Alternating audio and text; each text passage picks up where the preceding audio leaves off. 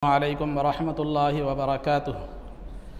अल्हम्दुलिल्लाहि रब्बिल आलमीन वस्सलातु वस्सलामु अला सय्यिदिल अंबियाइ वल मुरसलीन व अला आलिहि व अस्हाबिहि अजमाइन व मन तबिअहुम बि इहसानिन इला यौमिद्दीन। अम्मा बाद, क़ाल अल्लाहु तबारक व तआला फ़िल क़ुरआनिल मजीद वल फ़ुरक़ानिल हमीद। अऊज़ु बिल्लाहि मिनश शैतानिर रजीम। बिस्मिल्लाहिर रहमानिर रहीम। शहरु रमज़ान अल्लज़ी उन्ज़िल फ़ीहिल क़ुरआन हुदल लिन्नासि व बय्यिनातिम मिनल हुदा वल फ़ुरक़ान। सदक़ल्लाहुल अज़ीम। क़ाल अल्लाहु तबारक व तआला फ़ी शानि हबीबिही सल्लल्लाहु अलैहि वसल्लम इन्नल्लाहा व मलाइकतहु युसल्लूना अलन नबिय्य या अय्युहल्लज़ीना आमनू सल्लू अलैहि व सल्लिमू तस्लीमा। अल्लाहुम्मा सल्लि व सल्लिम व ज़िद व बारिक अला हबीबिका सय्यिदिना व नबिय्यिना व मौलाना मुहम्मदिन व अला आलिहि व अस्हाबिहि अजमाइन। अज़ीज़ान मोहतरम, अल्लाह रब्बुल इज़्ज़त ने जब इस दुनिया में इंसान को पैदा फरमाया तो उसे दो चीज़ों का मुकल्लफ बनाया। एक तो ये कि वो अल्लाह की इताअत और फर्माबरदारी करे, और दूसरा अल्लाह की नाफरमानी और गुनाह से बचे। यानी जिन चीज़ों से अल्लाह रब्बुल इज़्ज़त राज़ी होता है और जिन चीज़ों का उसने हुक्म दिया है उसको बजा लाए, और जिन चीज़ों से अल्लाह नाराज़ होता है और जिनसे बचने का अल्लाह ने हुक्म दिया है उनसे बचता रहे। इसी का नाम तक़वा है, और इसी को ऐसा इस जो है ना रविश पर चलने वाले आदमी को मुत्तक़ी कहते हैं। अल्लाह रब्बुल इज़्ज़त ने, अब ज़ाहिर सी बात है, इंसान के साथ नफ्स भी लगा हुआ है जो शैतान का घर है इंसान के जिस्म में, और शैतान भी लगा हुआ है, नफ्स भी लगा हुआ है।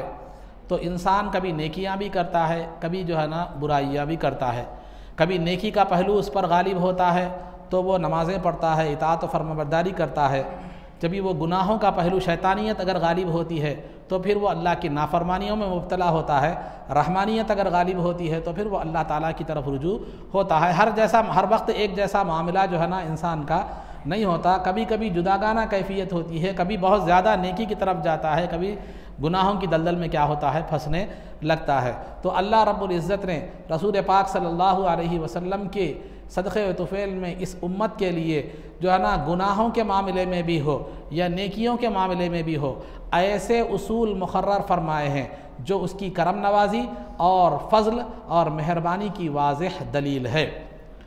अज़ीज़ान मोहतरम, अल्लाह रब्बुल इज़्ज़त ने इस उम्मत के लिए ये क़ानून मुक़र्रर फरमाया है कि अगर कोई बंदा गुनाह करता है, अल्लाह की नाफरमानी करता है, तो एक गुनाह का अज़ाब एक दर्जे होगा, लिखा जाएगा। यानी एक गुनाह के बदले में एक ही गुनाह लिखा जाएगा, उसका अज़ाब एक ही जो है ना दर्जे होगा। ये गुनाह का मामला है। गुनाह से पहले अगर जो है ना कोई बंदा गुनाह करता है तो उसके लिए एक गुनाह के बदले में एक दर्जे अज़ाब यानी जो है ना गुनाह लिख दिया जाएगा। एक गुनाह के बदले में एक गुनाह लिख दिया जाएगा। लेकिन फिर अगर वही बंदा जिसने गुनाह किया है अगर सिद्क़े दिल से अल्लाह की बारगाह में तौबा कर दे तो वो गुनाह भी क्या कर दिया जाएगा, माफ़ कर दिया जाएगा। ये है गुनाह करने के बाद का मामला। गुनाह कर लिया तो एक के बदले में एक, फिर वो भी तौबा के ज़रिए से माफ़। और अगर कोई बंदा गुनाह करने का इरादा किया है लेकिन फिर अल्लाह की तौफीक से या खौफ इलाही से या जो है ना रहमानियत गालिब आ गई तो वो गुनाह को छोड़ दिया, नाफरमानी करना छोड़ दिया, गुनाह का इरादा किया था लेकिन क्या कर दिया, अल्लाह की तौफीक से क्या कर दिया, वो छोड़ दिया, तो छोड़ने पर भी एक सवाब लिखा जाता है। छोड़ने पर भी एक सवाब लिखा जाता है। गुनाह करने का इरादा किया था लेकिन किया नहीं तो एक सवाब, कर लिया है तो एक गुनाह के बदले में एक गुनाह लिखा जाएगा, और वो भी अगर सिद्क़े दिल से तौबा करता है तो माफ़ कर दिया जाएगा।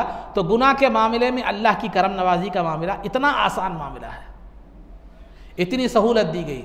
ये जो है ना, उसके बाद अगर कोई बंदा नेकी करता है तो नेकी का इरादा करे लेकिन नेकी ना करे, नेकी का इरादा करे लेकिन नेकी जो है ना करे। मिसाल के तौर पर अगर आपके पास 1000 रुपये थे, आपने चाहा कि जो है ना मैं सदका करूँगा, किसी गरीब को जो है ना दूंगा, इसी इरादे से आपने 1000 रुपये रख लिए थे।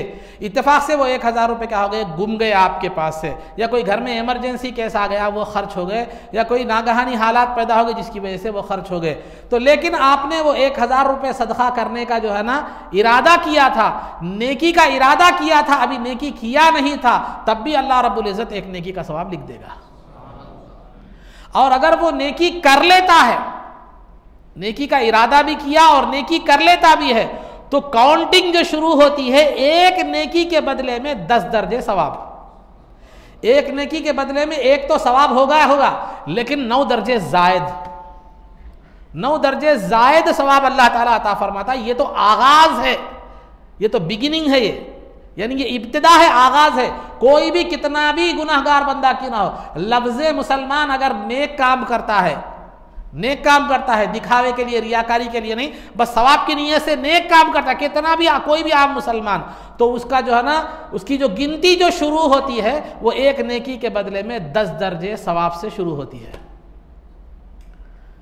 और अब ये नेकी के जो है ना सवाब को बढ़ाने वाली चीज़ क्या है, इखलास है। अगर कोई बंदा इखलास के साथ अल्लाह को राज़ी करने के लिए, अल्लाह को खुश करने के लिए अगर नेकी करता है, सवाब की नीयत के साथ साथ अल्लाह की रज़ा और उसकी खुशनुदी का जो है ना का तलबगार भी है वो, तो जिस दर्जे उसके अंदर अल्लाह को राज़ी करने का जज्बा होगा, उस दर्जे के हिसाब से एक नेकी का सवाब बढ़ते बढ़ते 700 तक चला जाता है। नेकी एक, सवाब 700 दर्जे, यानी नेकी करता एक है, शुमार 700 नेकियों का किया जाता है। इतना ही अल्लाह रब्बुल इज़्ज़त ने ये नहीं फरमाया, बल्कि और ज्यादा ये फरमाया कि जो है ना यहाँ एक मुकाम पर आकर जब बंदा इखलास में हद से ज्यादा आगे बढ़ जाता है, अल्लाह को राजी करने का जज्बा अपने नेक अमल के जरिए से और ज्यादा हो जाता है, तो फिर अल्लाह वहाँ गिनती खत्म कर देता है और ये फरमाता है वल्लाहु युज़ाइफु लिमन यशा। अब जाओ, अल्लाह जिसको जैसा चाहे अता फरमाता है, वहाँ काउंटिंग खत्म, वहां काउंटिंग खत्म। यहां तक तो काउंटिंग का मामला था, यहां तक तो गिनती, एक तो गिनती शुरू 10 से हो रही थी, 700 पर गिनती खत्म हो रही थी, उसके बाद अनगिनत दिए जा रहा था, सवाब दिया जा रहा था। अनगिनत क्या है मालूम है, सवाब जो है ना दिया जा रहा था, सवाब बेहिसाब दिया जा रहा था, नेक अमल का अज्र बेहिसाब दिया जा रहा था। लेकिन चलते चलते एक वक्त ऐसा आता है, अज्र नहीं दिया जाता, अज्र देने वाला खुद अमल करने वाले का हो जाता है।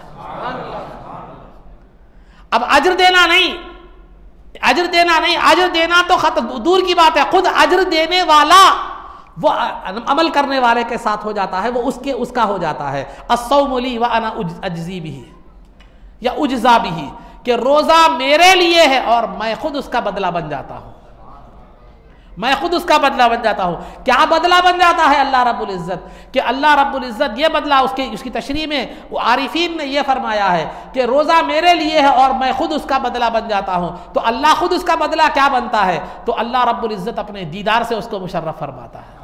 और कल बंदा जब अल्लाह रब्बुल इज़्ज़त का दीदार करता है तो दीदार इलाही से उसे जो लज्जत मिलती है, जन्नत की तमाम नेमतें उसके सामने मामूली नजर आती हैं।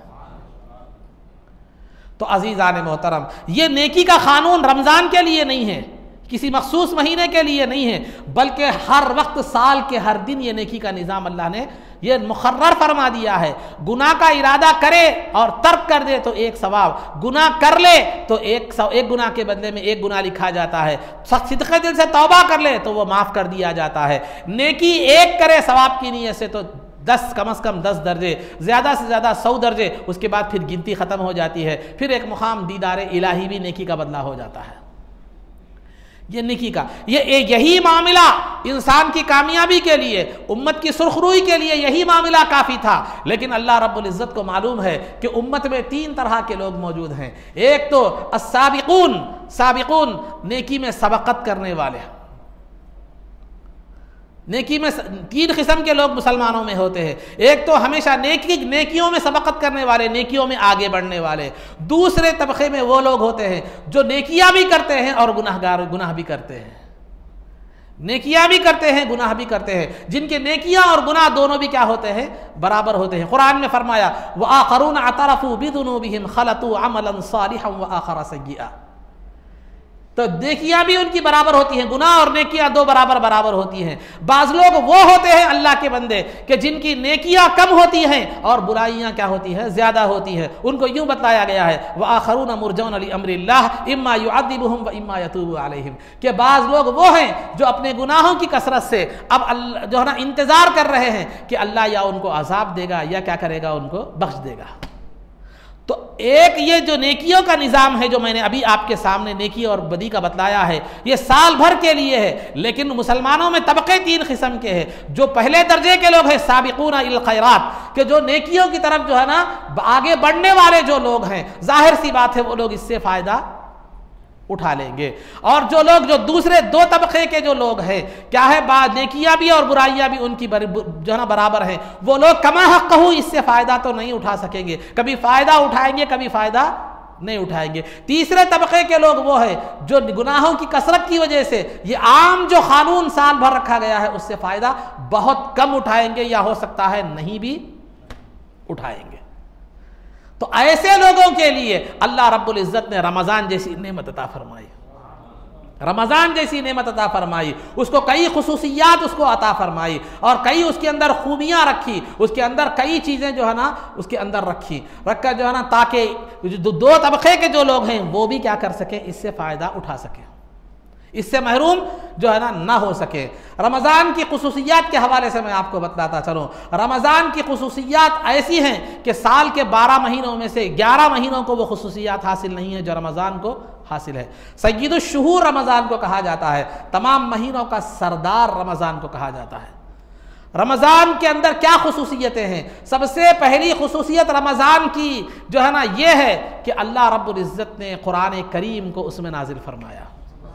साल के 11 महीनों में किसी महीने को ये खुसूसियत हासिल नहीं है। कुरान करीम ही नहीं, तौरात, ज़बूर, इंजील, सुहूफ़ इब्राहीम अलैहिस्सलाम के जो सहीफ़े हैं, जितने भी आसमानी किताबें हैं वो रमज़ानुल मुबारक में ही नाजिल हुई है। तो अल्लाह के कलाम के नुज़ूल से इस महीने को निस्बत हासिल है जो साल के 11 महीने में से किसी महीने को हासिल नहीं। अल्लाह ने अपने कलाम को नाजिल करने के लिए जिस महीने को मुंतखब फरमाया, जिन सातों को मुंतखब फरमाया वो रमज़ान की सातें हैं। और दूसरी खुसूसियत जो रमज़ान की जो है ना बतलाई गई है, दूसरी खुसूसियत बतलाई गई है, रमज़ान इस उम्मत के लिए नेमत है, दीगर उम्मतों के लिए रमज़ान नहीं था। यानी दीगर उम्मतों पर रोजे तो फर्ज थे, जैसा कि कुरान करीम में बताया गया कुतिबा अलैकुमुस सियाम कमा कुतिबा अलल लदीना मिन क़ब्लिकुम, तो जो है ना तुम पर रोजे फर्ज किए गए हैं जैसे पिछली उम्मतों पर भी रोजे फर्ज किए गए थे। उन पर रोजे तो फर्ज थे लेकिन रमज़ान जैसा अजमत वाला महीना नहीं था। उन पर कुरान तो नाजिल हुआ था, उन पर आसमानी किताब तो नाजिल हुई थी, लेकिन रमज़ान जैसा अजीम महीना, बरकत वाला महीना उन्हें नहीं दिया गया था। यह सिर्फ उम्मत मोहम्मदिया सल्लल्लाहु अलैहि वसल्लम की खुसूसियत है। अब आप बोलेंगे क्या मुसाफ़िर फिर एक महीना हमारे को ज़्यादा दिया क्या अल्लाह ताला? उनको नहीं दिया था, हमारे को दिया, मतलब एक महीना हमारे को ज़्यादा दिया क्या? नहीं, महीने तो उतने ही है। इन्ना इद्दत शुहूर इंदल्लाहि इतना अशरा शहरम फ़ी किताबिल्लाह यौम खलक़स समावाति वल अर्द मिन्हा अर्बाअतुन हुरुम, कि जो है ना कायनात के आगाज़ से महीनों की तादाद 12 है, जब भी 12 थी अब भी 12 है। लेकिन रमज़ान की अज़मत जिस महीने को दी गई, इस महीने को जो रमज़ान की अज़मत दी गई, इसका जो सवाब बढ़ा दिया गया। बहरहाल जो खुसूसियात जो मैं आगे बयान करूँगा जो दी गई, यही महीना साबिक़ा उम्मतों में था लेकिन खुसूसियात ये नहीं थी, खुसूसियात ही नहीं थी। जबकि उनकी आसमानी किताबें भी इसमें नाजिल हुई थी। इसमें जो है ना दीगर ये महीना उन लोगों को भी मिला था, उन लोगों को भी ये सातें मिली थी, लेकिन आम महीने की तरह मिली थी, रमज़ान की हैसियत से नहीं मिली थी। तो रमज़ान जो अता किया गया ये इस उम्मत को अता किया गया, ये इस उम्मत की खुसूसियत है। अल्लाह रब्बुल इज़्ज़त ने रमज़ान की जो नेमत हमें दी है वो ऐसी नेमत है कि कायनात किसी आदम से लेकर ईदम तक किसी उम्मत को ये महीना हासिल, ये नेमत हासिल नहीं है। तो लिहाजा अगर हम दुनियावी मामलात में देखते हैं कि अगर आपको कोई एक ऐसी नेमत हासिल हो जो आपके इलाके में, आपकी बस्ती में जो है ना आपको किसी और को नसीब नहीं हुई है, तो फिर आपका अंदाज ही ज़िंदगी का बदल जाता है, आपके मामलात ही बदल जाते हैं, आपका रहन सहन, आपका चलन फिरन और आपका जो है ना मामला ही अलग होता है, आपकी शान ही अलग होती है। फिर इतनी बड़ी नेमत है तो फिर हमारी शान में तब्दीली क्यों नहीं आई? फिर हमारे अंदर क्या है मालूम है? मिसाल के तौर पर आपका एक इलाका है, एक बस्ती है, महबूब नगर कुछ भी लीजिए, कोई एक महल्ला है, इलाका है, वहाँ सब के सब गरीब लोग रहते हैं, सतह गुर्बत में ज़िंदगी गुजारने वाले होते हैं। वहाँ आपको अल्लाह रब्बुल इज़्ज़त ने एक करोड़ों की दौलत आपको अता फरमा दी, तो आप झोपड़पट्टी में नहीं रहते, पहले आप एक बेहतरीन घर बना लेते हैं, फिर आप काल मेंटेन करते हैं, फिर आपका लिबास, आपका रहन सहन और आपकी ज़िंदगी गुजारने का तरीक़ा, आपकी शान शौकत दीगर बस्ती वालों के एतबार से क्या होती है? अलग होती है। क्यों? इसलिए कि अल्लाह ने आपको एक दौलत की नेमत अता फरमाई थी, तो ज़िंदगी के अंदाज बदल गए, रहन सहन के अंदाज बदल गए, खाने पीने के अंदाज बदल गए, चलने फिरने उठने बैठने के अंदाज बदल गए। एक नेमत, दौलत की नेमत अगर हासिल होती है तो अंदाज बदल जाया करते हैं, ज़िंदगी बदल जाया करती है। फिर रमज़ान जैसी नेमत अल्लाह ने हमें अता फरमाई है, तो फिर हमारी ज़िंदगी में क्या तब्दीली आई, ये बात गौर व फिक्र करने की ज़रूरत है। क्या हमने उसकी कदरदानी की या नहीं की? क्या उस नेमत के हिसाब से हमने अपनी ज़िंदगी गुजारी नहीं गुजारी? क्या हमने उसका एहतमाम किया नहीं किया? क्या रमज़ान के आसार हम पर नज़र आते हैं उस नेमत के या नहीं? तो ये भी गौर व फिक्र करने की ज़रूरत है। तो रमज़ान एक ऐसी नेमत है, अल्लाह रब्बुल इज़्ज़त ने वो नेमत किसी और उम्मत को अता नहीं फरमाई, बल्कि इस उम्मत मोहम्मदिया सल्लल्लाहु अलैहि वसल्लम को अता फरमाई। इस नेमत के अता करने का ज़रिया क्या हुआ और क्यों अता की गई, ये दो बातें हैं। इस नेमत को अता करने का जरिया क्या चीज बनी और फिर क्यों अता की गई ये नेमत, ये दो बातें हैं। तो इस नेमत को अता करने का जरिया ये बतलाया गया। रमज़ान को ये अजमत, ये फजीलत किस लिए दी गई कि अल्लाह ने उसमें कुरान को नाजिल करके ये अजमत अता फरमाई रमज़ान को। जैसा कि कुरान में खुद फरमाया, शाहरु रमज़ान अल्लज़ी उन्ज़िला फ़ीहिल कुरान, कि रमज़ान का वो मुबारक महीना है जिसमें अल्लाह ने कुरान को नाजिल फरमाया। इस महीने को अज़मत जो दी, ये अज़मत वाला महीना अल्लाह ने हमें अता करना चाहा, तो उसका ज़रिया बनाया कुरान के नुज़ूल को, कि आसमान दुनिया जो है ना, लौहे महफूज से कुरान दुनिया के आसमान पर उतरा, दुनिया के आसमान पर उतरा। तो लिहाजा ये शब कद्र भी करार पाई और जो है ना फिर रमज़ान के महीने की अजमत भी बढ़ गई। ये रमज़ान को देने का जरिया बन गया। क्यों दिया गया रमज़ान? जबकि नेकियों के मामले में जो मैंने शुरू में निज़ाम बताया, एक नेकी का कम से कम 10 दर्जे 700 दर्जे, उतना ज़्यादा निज़ाम होने के बावजूद भी क्यों अल्लाह रब्बुल इज़्ज़त ने रमज़ान फिर अता फरमाया? इसलिए कि ये उम्मत जो है ना कि उम्र कम, क्योंकि सरकार ने फरमाया कि आमारु उम्मती मा बैन 60 व 70, कि मेरी उम्मत की उम्रें जो है ना 60 से 70 साल की हैं। अब तो 60-70 साल की भी गारंटी नहीं रही। अच्छे हट्टे कट्टे लोग क्या है मालूम है, चले जा रहे हैं, कल है तो आज रहना मुश्किल है। जैसे मैंने इससे कबल के जुमा में एक नौजवान का तस्करा किया था, जो बड़े अच्छे पहलवान टाइप का बच्चा, नौजवान, एक्सरसाइज करने वाला, थोड़ी देर में ज़िंदगी ख़त्म। इससे पहले एक नौजवान की थोड़ी सी देर में मौत है। तो अब तो ज़िंदगी की 60-70 का भी कोई भरोसा जो है ना नहीं रहा। तो खैर आम तौर पर सरकार ने बयान फरमाया 60 से 70 साल मेरी उम्मत की उम्रें हैं। साबिका उम्मतों की उम्रें 500 साल, 600 साल, 800 साल, 100 साल उनकी उम्रें होती थी। फिर ताकत व क़ुव्वत का आलम यह था कि हम उसके मुकाबले में 10% भी नहीं है। तो साबिका उम्मतें उम्रें ज़्यादा, ताकत ज़्यादा, अमल ज़्यादा, तो फिर सवाब भी ज़्यादा। तो लिहाजा ये उम्मत की उम्रें कम, ताकत जो है ना कम और अमल भी कम, तो फिर सवाब में कहा कमी होगी। तो अल्लाह रब्बुल इज़्ज़त ने इस कमी को दूर करने के लिए नेकी का वो निज़ाम कायम फरमाया जो मैंने शुरू में आपको दिया था। फिर उतना ही पर ही इक्तफा नहीं किया, क्योंकि उससे लोग जो है ना नेकी की तरफ रग़बत करने वाले लोग उससे फ़ायदा उठा सकते हैं। लेकिन जो दो दर्जे के, सेकंड कैटेगरी के और थर्ड कैटेगरी के जो लोग मैंने बताए हैं, वो तो उससे मुस्तफ़ीद नहीं हो सकते। वो महरूम ना रहे, उनको रमज़ान और लैलतुल क़द्र जैसी जो है ना देवते अता फरमाई, ताकि इस उम्मत का कौन सी भी कैटेगरी का मर्द हो, आदमी हो, वो साबिका उम्मतों से अमल और नेक अमाल के मामले में पीछे ना रहे। अल्लाह ने तो इंतजाम फरमा दिया है, लेकिन कोशिश करना हमारा काम है, जुस्तजू करना हमारा काम है। हम तो माइल बकरम हैं, कोई साइल ही नहीं, राह दिखलाए किसे, कोई राह रवे मंजिल ही नहीं। आपकी महफिल सजा दी गई है, महफिल में आना, नौशा बनकर बैठना आपका काम है। आप इसमें बैठेंगे तो शादी कैसे होगी? तो लिहाजा अल्लाह ने तमाम नेकियों का मैदान, बुजुर्गी और अजमत और आखिरत की कामयाबी के जो है ना तमाम चीज़ें हमारे लिए रख दी है, लेकिन हमारी कोशिश ज़रूरी है। और ये ऐलान भी फरमा दिया हदीस खुदसी के ज़रिए से कि बंदा अगर एक कदम मेरी तरफ आगे बढ़ता है तो उसकी तरफ 10 कदम मैं आगे बढ़ता हूँ, 10 कदम आगे बढ़ता हूँ। फिर वो सवाब की, वो तो है ना, बंदा एक नेकी करता है तो 10 दर्जे सवाब दे रहा है, तो फिर उसकी मिसाल वो एक कदम के बदले में 10 कदम आगे बढ़ना नहीं तो और क्या है। तो रमज़ान की एक खुसूसियत यह है कि वो इसी उम्मत को अता किया गया, किसी और उम्मत को अता नहीं किया गया।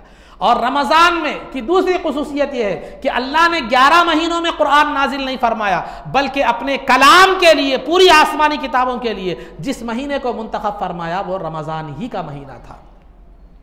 और तीसरा, अल्लाह रब्बुल इज़्ज़त ने जो है ना नेक आमाल का सवाब इस महीने में बढ़ा दिया। मेहनत कम, सवाब ज्यादा, मेहनत कम, सवाब जो है ना ज्यादा।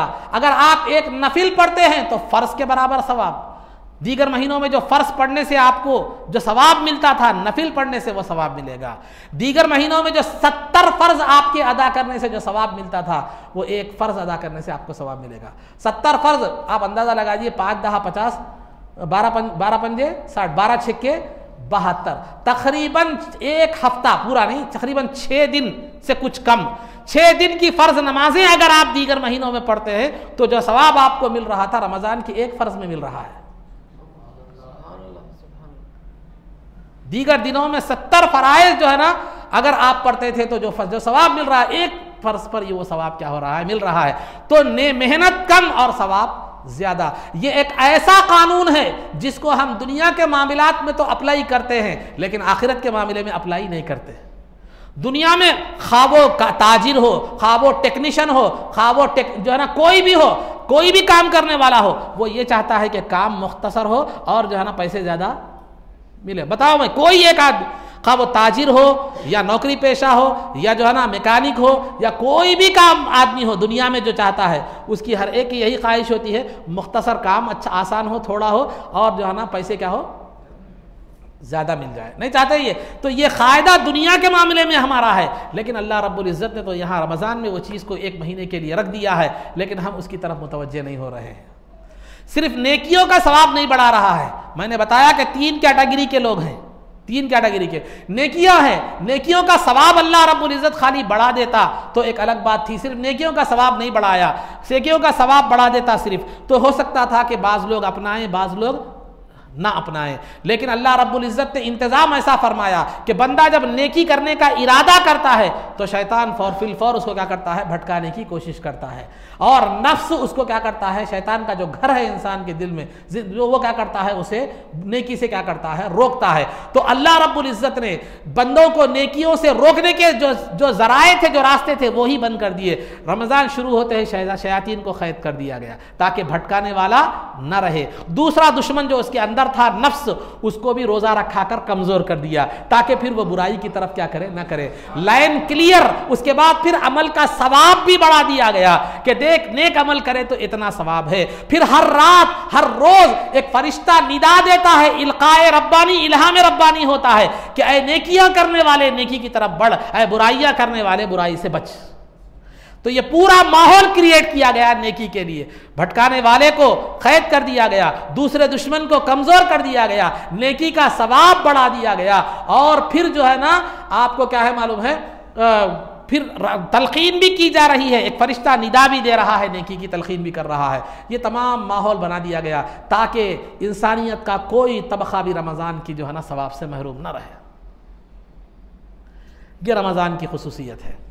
ये शयातीन का क़ैद कर लिया जाना, ये दीगर जो है ना मामलात जो अंजाम दिए जाते हैं रमज़ान में, ये भी रमज़ान की खुसूसियत है। दीगर महीनों को ये खुसूसियत हासिल नहीं है। और रमज़ान के महीने में अल्लाह रब्बुल इज़्ज़त, रमज़ान का महीना तो ज़मीन पर होता है लेकिन इसकी तैयारी अर्श पर होती है, आसमान पर होती है। चुनाचे मिशकात की हदीस है, सरकार दो आलम सल्लल्लाहु अलैहि वसल्लम ने फरमाया, रमज़ान की तैयारी 1 साल से दूसरे साल तक होती है। यानी इस साल रमज़ान ख़त्म हो गया तो आने वाले साल के रमज़ान की तैयारी में जन्नत को सजाया जाता है। रमज़ान ज़मीन पर है लेकिन सजाया जन्नत को आसमान पर जा रहा है। जब रमज़ान का पहला दिन आता है तो जन्नत के दरख्तों की हवाएं अर्श इलाही के नीचे से चलती है। जब वो हवाएं हूरों पर से गुजरती है तो अल्लाह रब्बुल इज़्ज़त से वो हूरें दुआ करती हैं कि अल्लाह जिन नेक बंदों को तूने हमारा शौहर बनाया है उनसे हमें जल्द मिला दे। ये रमज़ान की खुसूसियत जो साल भर तैयारी रमज़ान की होती है। और रमज़ान में फरिश्ते लोगों के लिए, रोज़ेदारों के लिए दुआ करते हैं। फरिश्ते दुआए मग़फ़िरत करते हैं रमज़ान में। और ये रमज़ान में ये मामला है। तो रमज़ान के ऐसी कई जो है ना खुसूसियात है जो अल्लाह रब्बुल इज़्ज़त ने हमें ये महीना अता फरमाया। बख्शिश का जहाँ तक मामला है, अल्लाह रब्बुल इज़्ज़त हदीस में सरकार ने फरमाया वलिल्लाहि उतक़ाउ मिनन नार, कि रमज़ान में बेहिसाब लोगों को जहन्नम से आज़ाद कर दिया जाता है। बेहिसाब, हर दिन बेहिसाब लोगों को जहन्नम से आज़ाद कर दिया जाता है। जब रमज़ान का आखिरी दिन आता है तो पूरे महीने में जितने लोगों को जहन्नम से आज़ाद कर दिया गया वो आखिरी दिन में उतने लोगों को जहन्नम से आज़ाद कर दिया जाता है। यह रमज़ान की खुसूसियत है। और रमज़ान की पहला दिन जब आता है तो अल्लाह रब्बुल इज़्ज़त मुसलमानों की तरफ नज़र रहमत फरमाता है। और अल्लाह की नज़र रहमत का नतीजा ये होता है कि उम्मत की बख्शिश होती है। और यही वो मुबारक महीना है जिसका पहला दहा रहमत का, दूसरा दहा मगफिरत का, तीसरा दहा जो है ना जहन्नम से आज़ादी का है। क्या मतलब? रहमत तो अल्लाह की साल भर होती है, उसकी मगफिरतें भी साल भर होती है, वो जहन्नम से आज़ादी भी साल भर होती रहती है। जैसे शब बरात वगैरह में भी जहन्नम से आज़ादी होती है, साल भर तो होती रहती है, लेकिन खुसूसियत के साथ अल्लाह की रहमतें और उसकी मगफिरतें और उसकी जहन्नम से आज़ादी खुसूसियत के साथ रमज़ान में जितनी होती है वो साल में किसी और मौके पर नहीं होती। यह रमज़ान की यह खुसूसियत है। तो अज़ीज़ान मोहतरम, अल्लाह रब्बुल इज़्ज़त ने जब इतनी बड़ी नेमत दी है और फिर अगर हम उसकी कदर ना करें तो फिर हमारा हाल वैसे ही होगा, पड़े पारस और बेचे तेल। पड़े पारस और बेचे तेल। ये किस्सा मैं कई मरतबा सुनाता रहता हूँ, मुनासबत से एक बार फिर सुन लीजिए कि हम रमज़ान जैसा अजीम महीना अल्लाह ने हमें दिया है, हम उसकी अगर नाकदरी करेंगे तो फिर हमारा हिसाब कैसे है? वैसे ही है जैसे ये मुहावरा है कि पड़े पारस और बेचे तेल। यानी एक पारस एक कीमती पत्थर होता है। पारस क्या होता है? एक कीमती, जैसे हीरा समझिए, आप समझने के लिए बता रहा हूँ। हीरा, एक आदमी के पास क्या था? हीरा पड़ा हुआ था, उसको नहीं मालूम कि वो हीरा है, उसको नहीं मालूम कि वो हीरा है। वो इतना कीमती हीरा था उसकी 7 पुश्तें खा सकती थी, लेकिन उसे नहीं मालूम कि जो है ना वो हीरा है, उसकी कीमत कितनी है। वो दिन भर मेहनत करके गाँव तमाम या पूरा शहर तमाम जो है ना तेल बेचकर क्या करता था, मेहनत करके फिर कर तेल क्या करता था? बेचता था। बेचकर बड़ी मुश्किल से पैसे कमाकर, मुश्किल से, मेहनत से, मशक्क़त से ज़िंदगी गुजार रहा था। ये ज़िंदगी का सिलसिला चल रहा था। एक मरतबा वहाँ से एक जौहरी का गुज़र हुआ जो पत्थरों की शनाख्त करने वाला था। उसने देखा कि इसके पास पारस जैसा कीमती पत्थर पड़ा हुआ है और ये नादान पूरा गांव तेल बेचते हुए जो है ना फिर रहा है, इसे इसकी कद्र नहीं है। तो वो उसने अफसोस करते हुए कहा, पड़े पारस बेचे तेल, पड़े पारस बेचे तेल। अरे नादान, तुझे तो तेल बेचने की ज़रूरत ही नहीं है, तेल बेचने की ज़रूरत ही नहीं है। पारस जैसा कीमती पत्थर है, अगर उसको बेच देगा तो तेरी 7 पुश्तें खाएगी, लेकिन तुझे उस पत्थर की पहचान नहीं है। अगर हम रमज़ान की कद्र न करें तो हमारा हाल भी उस आदमी की तरह ही होगा जो पारस रखते हुए भी क्या कर रहा है? मेहनत और मशक्क़त, पूरा गांव फिर रहा है। तो ऐसे मौक़े को गनीमत जानने की ज़रूरत है, इसकी कद्रदानी करने की ज़रूरत है। अगर जिन लोगों ने कद्र की और जिन लोगों ने इसको समझा, वो ज़िंदगी दुनिया व आखिरत बनाकर इस दुनिया से चले गए और अपने आने वालों के लिए नमूना बनकर चले गए। जिन लोगों ने कद्र नहीं की वो जो है वो इसी तरह दुनिया में मुलव्विस रहे और दुनिया के झमेलों में फंसे रहे। ज़िंदगी गुजर गई, ज़ईफ़ी आ गई, रोज़ा रखने की क़ुव्वत नहीं, शुगर, BP, दुनिया की बीमारियाँ। अब वहाँ पर भी जिंदगी भर तो रोजा रखने की तौफीक नहीं हुई, आखिरी वक्त में भी कफारे पर काम निकाल रहे हैं। न जिंदगी में नसीब हुई, न जिंदगी के आखिरी हिस्से में नसीब हुई, जिंदगी ऐसे ही गुजर गई। अब खब्र में जाकर क्या जवाब देंगे, अब ये भी सोचने की ज़रूरत है। तो अजीज़ों, बताना ये मकसूद है, अल्लाह ने ये जो मौक़े हमें दिए हैं इसकी कद्रदारी की ज़रूरत है। कदरदारी की ज़रूरत है। आज अगर रमज़ान के मौके पर कोई कपड़े की दुकान वाला अगर ये जो है ना ऑफ़र देता है एक के साथ एक फ्री या एक के साथ दो फ्री, अगर जीन्स पैंट के हवाले से हो या हमारी माँओं और बहनों के सूट के हवाले से हो, तो देखिए वहाँ हमारी भीड़ कितनी लगी हुई होती है, वहाँ हमारी भीड़ जो है ना कितनी लगी हुई होती है। अरे वो तो भीड़ की दुकान तो बड़ी बात है, हरीस की होटल में जितने लोग होते हैं अगर उतने भी तरावी में आ गए तो कितना कामयाब मुसलमान हो जाएंगे। रमज़ान जैसे मगरिब के बाद हरीस की तलब होती है, अगर वो तड़प इबादत की भी अगर पैदा हो जाए तो दुनिया में कौम मुस्लिम कभी ज़ेर नहीं हो सकती, कभी जो है ना जुल्म का शिकार नहीं हो सकती, कभी जो है ना हमेशा साहिब इज़्ज़त व इक़्तिदार रहेगी। आज मामला रमज़ान के हवाले से इतना हो गया है कि कहाँ हम जैसे तलाश करते हुए फिर रहे हैं, तलाश करते हुए कि कहाँ इफ्तार का इंतज़ाम है, कहाँ सहर का इंतज़ाम है, कहाँ कौन सी मस्जिद में इफ्तार का इंतज़ाम है, कहाँ कौन सी मस्जिद में ये है। अगर किसी मस्जिद में खाने का इंतज़ाम हो तो सफ़ों में मुसल्लियाँ बढ़ जाते हैं, और वो खाना इंसान खाया चंद लम्हों में आधे घंटे में गिलाज़त बन गया, फिर वो निकल गया, वो कोई फ़ायदा नहीं। लेकिन कभी नेकी की तड़प में हमें ऐसे जाने की तौफीक हुई, कभी नेकी की तड़प में हमें जुस्तजू करने की तौफीक हुई, कभी शब कद्र की तलाशी में ऐसी जुस्तजू की तड़प हुई नहीं हुई। पेट जो गिलाज़त बनने वाली चीज़ है उसके लिए तो हमने कोशिश की, उसके लिए तो तलाश की, अगर उतनी तलाश भी अगर नेकी के लिए करते तो हम कामयाब मुसलमान हो जाते थे।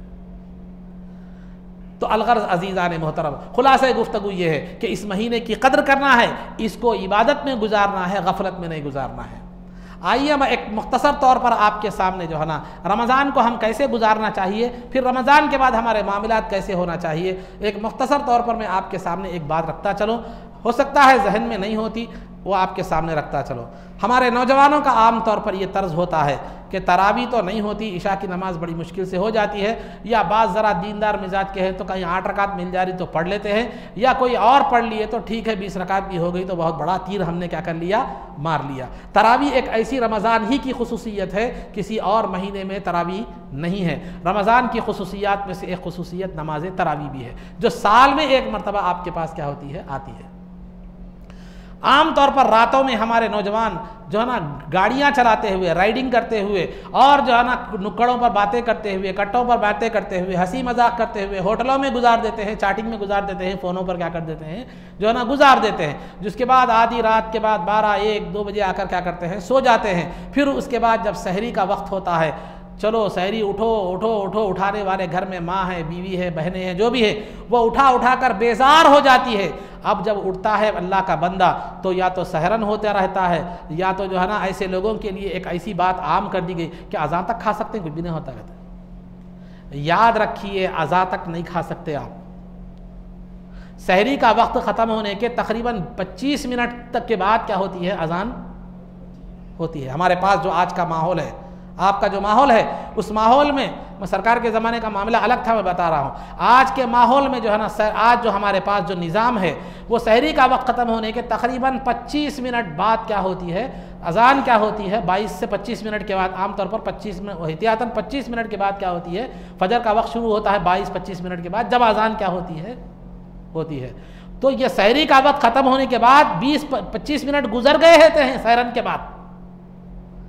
अब अज़ान तक कैसे, अगर कोई आदमी ये सोचता है कि अज़ान तक खा सकते हैं, अगर वो सहरन के बाद खा लिया, समझो उसका रोज़ा ख़तरे में आ गया, रोज़ा ख़तरे में आ गया। तो सो जाते हैं रात में देर से, उसके बाद उठाने पर क्या करते हैं मालूम है, वो क्या करते हैं, कब उठते हैं, सहरन होता रहता है या सहरन के करीब होता है, या अब जैसा मैंने बताया अज़ान का जिसके जहन में हो ना, सहरन के बाद भी क्या करता है, ये उठता है। ये जो है ना बिल्कुल गलत है, ये तरीक़े को बदलने की ज़रूरत है। रात में जल्द सो जाइए, हर वक्त जल्द सोने के फ़ायदे अलग हैं, सेहत के एतबार से हो, दुनिया के एतबार से हो, दीन के एतबार से हो। रात में जल्द सोना ये बहुत हमेशा के लिए वो जो है ना बेहतर है। तिब्बी एतबार से भी रात में जल्द सोना जो है ना बेहतर है।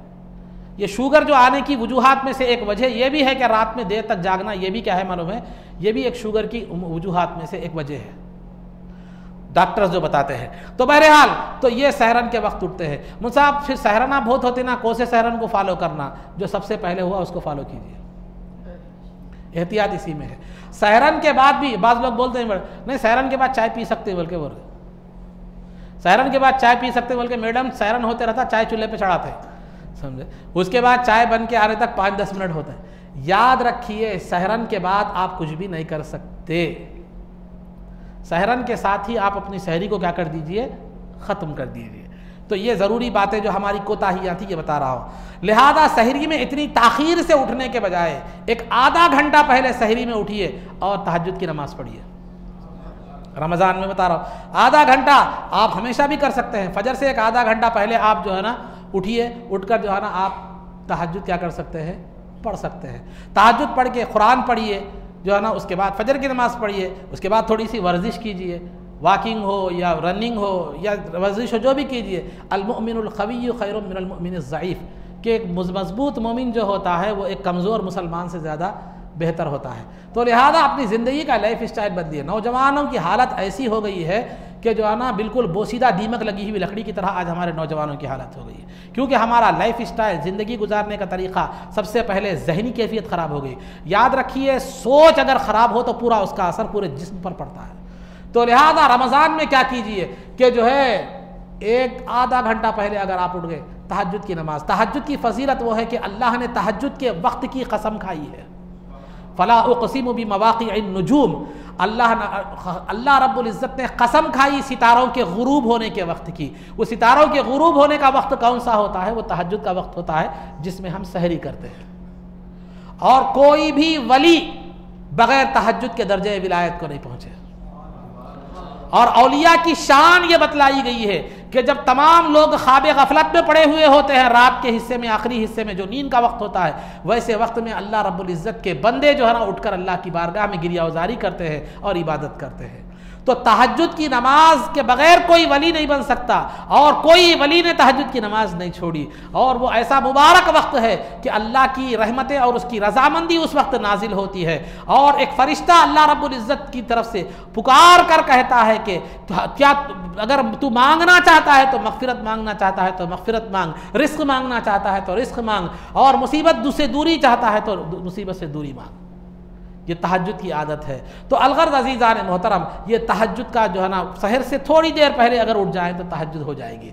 उसके बाद सहर के बाद जो है ना फजर की नमाज़ आमतौर पर आजकल जद होती है रमज़ान में, फजर की नमाज़ पढ़ ले। फजर की नमाज़ पढ़ने के बाद कुरान की तिलावत करे। साल में एक मरतबा तो मरहूमीन को बख्शना आपका जो है ना ये है। मैं आप लोगों से पूछता हूँ, जवाब मत दीजिए, शर्मिंदा होने की ज़रूरत नहीं है। आप जायज़ा ले लीजिए अपना, हम में से कितने इतने लोग हैं जो हम साल में एक कुरान कम से कम अपने मरहूमीन के लिए बख्शते हैं। इतने लोगों में से आप जायजा ले लीजिए, अपने हद तक रख लीजिए बात को।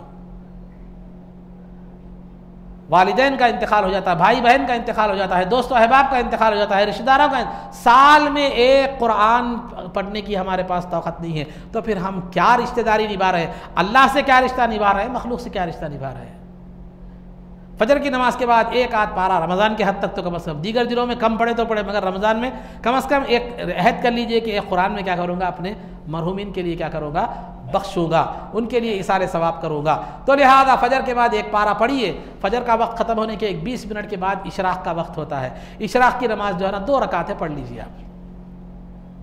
इशराक़ की नमाज 2 रकात पढ़ लीजिए। उसके बाद 8-9 बजे के मौके पर या जोहर का वक्त शुरू होने से पहले तक, यानी 11:30 तकरीबन 11:30 से पहले तक आप जो है ना कभी भी 4 रकात आप चाश्त की नमाज़ पढ़ सकते हैं। जैसा मौका मिला, जहाँ मिला, मौका मिला ठीक है, नौकरी है, ऑफिस में है, नहीं पढ़ सकते एक अलग बात है, जो है ना मौका मिला तो पढ़िए। इसका फ़ायदा ये है कि जो जोहर से पहले 4 रकात पढ़ता है वो ऐसा ही है जैसे शब क़द्र में उसने 4 रकात अदा की। तो इस बात की कोशिश कीजिए। रमज़ान में रोज़ा खोलते ही जो है ना होटल को भागने के बजाय हरीस कहीं भी नहीं जाती। बहुत हर जगह, हर नुक्कड़ पे, हर गली में जो है ना हरीस की दुकानें लगी है, वो कहीं भी नहीं जाती। हरीस भी कहीं भी नहीं जाती, दही बड़े भी कहीं भी नहीं जाते। आप हमारे पास बड़ी अफसोस, बड़ी तकलीफ़ मुझे होती है कि रमज़ान में जो है ना रोज़े के बाद इफ्तार के पास पूरे नौजवान क्या करते हैं, दही बड़े की बड्डी के पास हो जाते हैं। वह नमाज अज़ा होती रहती है, नमाज चलती रहती है, यहाँ जो है ना दही बड़े खाते हुए हम रहते हैं। क्या दही बड़े नहीं मिलते? क्या दही बड़े नहीं मिलते? पूरी जमात ख़त्म हो जाती, या आखिरी वक्त में क्या करते हैं, नमाज में आखिरी रकात में आकर मिलते हैं। जो लोग पहले से जो है ना नमाज में शरीक होते हैं, अब वो घर को भागने की जल्दी में रहते हैं। किसी को होटल जाना होता है, किसी को कोई होटल बुलाती रहती है, किसी को कोई हरीस की दुकान बुलाती रहती है, किसी को घर में जो है ना दस्तरखान बुलाता रहता है। अब वो जल्दी में जाने की जल्दी में होते रहते हैं। वैसे भूख भी लगती है फितरी तौर पर रोज़ा खोलने के बाद। अब ये जो पूरे दही बड़े के जो वाले हैं, पूरे पीछे लाइन बना के ठहर जाते हैं नमाज को। ये पूरी दही बड़ों की लाइन रहती पूरी है। आखिरी रकात में जो शरीक हुए थे, जो पहले से पढ़े हुए हैं, वो जाने की जल्दी में रहती है। अब ये लोग जो है ना नमाज पढ़ते हुए रहते हैं। अब वो जाहिर सी बात है, अब वहाँ उतनी तड़प होती रहती, दिल खींचते रहता। तो जो अल्लाह वाले हैं, जो खौफ खुदा रखने वाले, थोड़ी देर सब्र कर लेते हैं। जो नहीं होते वो लोग क्या करते हैं, नमाजी के सामने से गुजर कर चले जाते हैं। वो खुद भी गुनाहगार होते हैं। ये दही बड़े जमात भी क्या होती है, दही बड़े की जमात भी गुनाहगार होती है। एक मामूली दही बड़े के लिए रमज़ान में नफिल का सवाब फ़र्ज के बराबर है। ये हम हर रमज़ान में सुनते हैं, लेकिन दही बड़ा देखते ही पूरी हदीसें भूल जाते हैं, पूरा कुरान भूल जाते हैं। मौलाना की तकरीर तो दूर की बात, मौलाना का तसव्वुर भी जहन में नहीं रहता।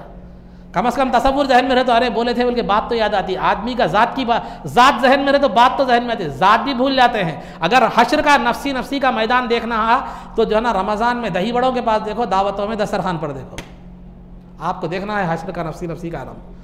अब तक थोड़ी देर पहले मैं समझा रहा हूँ, मैं एक मिसाल दे रहा हूँ, ऐसा हुआ नहीं। इस्माइल साहब से बड़ी इज्जत एहतराम के साथ बात करते हुए खड़े थे, वो ये सब करते हुए खड़े थे।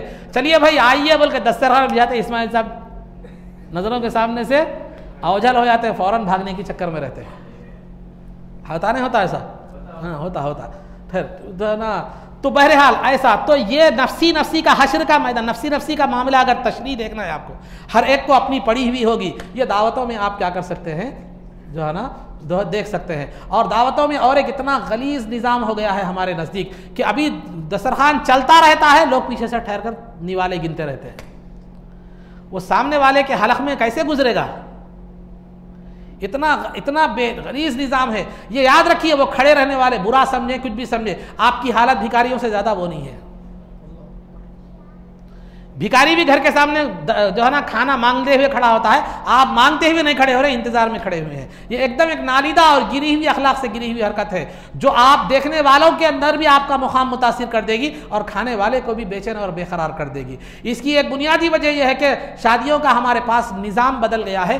देर से निकाह होने की वजह से ये चीज़ें पाई जाती हैं। अगर निकाह जल्दी हो, दावत का इंतज़ाम जल्दी शुरू हो, तो मैं समझता हूँ ये चीज़ें नहीं होती। तो लिहाजा बहरहाल मगरिब की नमाज के बाद जो है ना आप जो है ना 6 रकात अव्वाबीन की नमाज 2-2 रकात करके पढ़े। ये अव्वाबीन की नमाज इसे इसलिए कहा जाता है कि यह औलिया अल्लाह का तर्ज अमल था।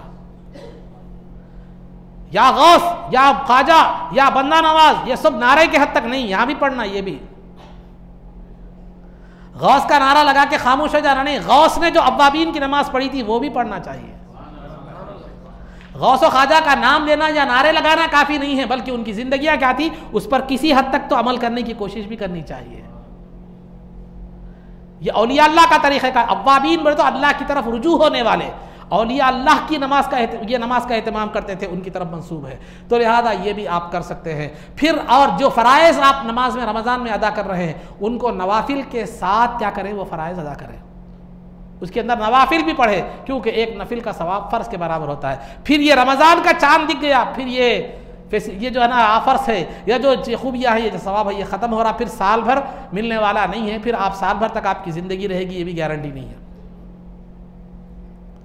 साल भर तक आपकी ज़िंदगी रहेगी, ये भी जो है ना गारंटी नहीं है। तो लिहाजा अज़ीज़ान मोहतरम, ये ज़िंदगी बेहतर है जो है ना रोज़े के मामले में कफ़ारे पर आने से पहले, नमाज के मामले में कुर्सी पर आने से पहले अपनी ज़िंदगी को बेहतर समझिए, गनीमत समझिए। सरकार ने फरमाया कि अपनी जो है ना बीमारी से पहले सेहतयाबी को गनीमत समझ, और जो है ना फरागत जो वक्त का खाली वक्त को जो है ना मसरूफ़ियत के वक्त से बेहतर समझ कर नेकियां कर, और ज़िंदगी को मौत से पहले जो है ना बेहतर समझ और उसमें अपनी आखिरत का सामान कर ले।